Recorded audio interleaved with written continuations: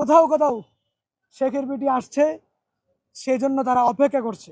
প্রথমত আমাদের চেয়ে আপনারা বেশি অবগত, সারা বাংলাদেশে নিষিদ্ধ সংগঠন বাংলাদেশ ছাত্রলীগ ও আওয়ামী লীগের যাদের রাজনীতি বাংলাদেশে নিষিদ্ধ, তারা নানা সময় বিভিন্ন কোথাও দেশের নানা প্রান্তে সক্রিয় হওয়ার চেষ্টা করছে, তারা মিছিল করছে।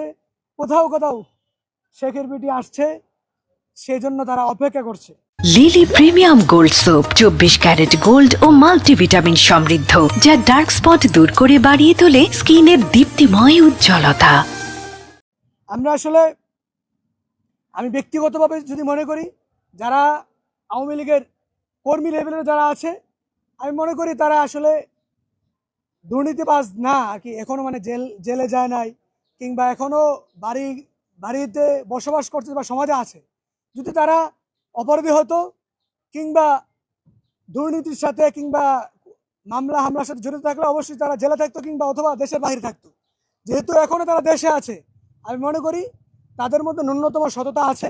হয়তো তারা ভুল করেছে আওয়ামী লীগ করে, কিন্তু তাদেরকে আমরা মনে করি এখনো তারা ভালো পথে আসার সুযোগ আছে, ভালোভাবে রাজনীতি করার সুযোগ আছে। সেটা আওয়ামী লীগ হয়ে না, তারা নতুন মানুষের জন্য নতুন কিছু করবে। সে ব্যাপারে হয়তো আমার মনে হয় যদি আওয়ামী লীগের বিচার হয়, বিচার হওয়ার পর যদি আওয়ামী লীগের রাজনীতি করার বাংলাদেশের মানুষ সুযোগ দেয়, সেক্ষেত্রে তারা রাজনীতি করতে পারে। কিন্তু যে প্রক্রিয়া তারা রাজনীতি করতে চায় শেখ হাসিনাকে নিয়ে, সেই রাজনীতি আমরা করতে দিব না।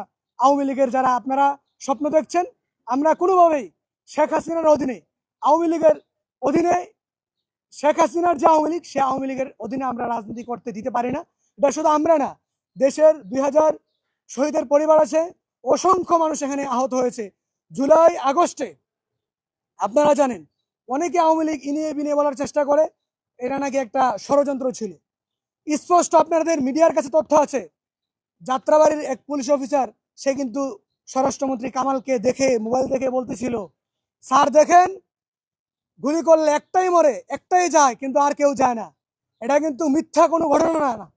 সেই জায়গা থেকে এরকম সুস্পষ্ট প্রমাণ থাকার সত্ত্বেও এত দ্রুত দেশের মানুষ ভুলে যাবে আর আওয়ামী লীগকে দেশের মানুষ রাজনীতি করতে দিবে।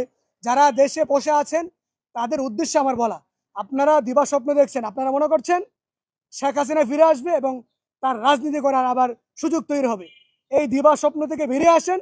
আপনারা আপনাদের ব্যক্তিগত জীবনকে শেখ হাসিনার অপকর্মের সাথে জড়িত করে আপনারা আপনাদের জীবনকে নষ্ট করবেন না, এটা হচ্ছে আমাদের আহ্বান।